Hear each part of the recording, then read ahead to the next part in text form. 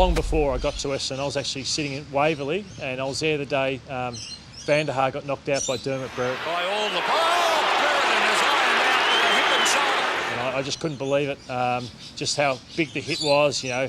Dermy Brereton going through the huddle and kissing Billy Duckworth, all those things. I just loved the game growing up, and never would I have thought I'd be part of that rivalry as my time went. Obviously, I was there the day the line in the sand game happened, where Hawthorn just came out swinging after half time. I think Mark Johnson pole drived big Robbie Campbell, their ruckman, into the ground. I stood there at full forward. I was playing on Trent Crode, and I remember they were just looking for any Essendon player to respond or react. They were sort of little jabs, punches in the back. They were giving little kicks to the shins, and all they wanted was someone to remonstrate.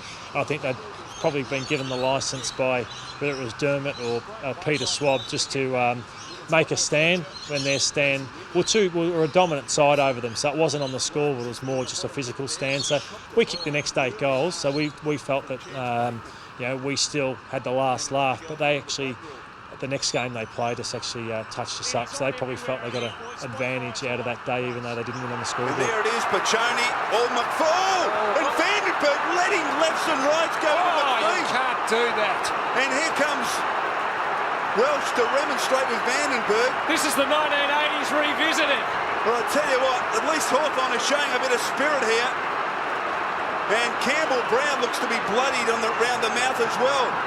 Lucky I didn't get suspended, but there was a lot of people that did. It was, I guess it was entertaining for the supporters. I think if you speak to most supporters, they love those games. It's unbelievable. We haven't seen these sort of scenes for a long time in AFL football. The hatred was more for Collingwood and Carlton when I first got there, but I soon learnt, because Hawthorn was struggling through that period when I first got to Essendon.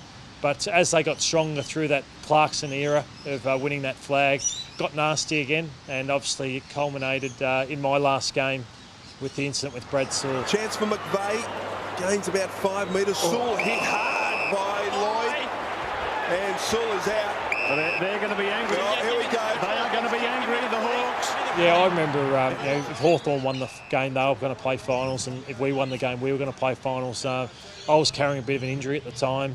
We were 22 points down at half-time, playing really poorly, and I felt like as captain, I knew it was going to be the last game of my career. I didn't want to go out in the poor manner that Essendon were playing, so I tried to put physical presence on the game. Never meant to hurt Sewell as badly as I did, but I wanted to make a statement for my team. Once again, there was spot fires everywhere, but we were able to kick the next 6 or 7 goals and make our way into the final. So I was proud in one sense that I changed the game for the team, but obviously it was didn't want to do the damage I did to Brad Sewell. But it's just another chapter, I suppose, to what's been a remarkable rivalry. I guess if you speak to the supporters, I guess the rivalry through the 80s was huge. I guess since then we've had a few run-ins. A couple come to mind, maybe 2005 and 2009. But I think that you've got to respect the side that you guys have put together. You brought in a few guys that are really important players, quality players. We just got over the line last year. I think it was 3 points very late in the game, but no doubt it's going to be another quality game. I think if you're playing in front of big crowd, especially with Essendon and Hawthorn, they're both very passionate supporters. Like they always flock in numbers, so it's going to be 60,000, 70,000 people.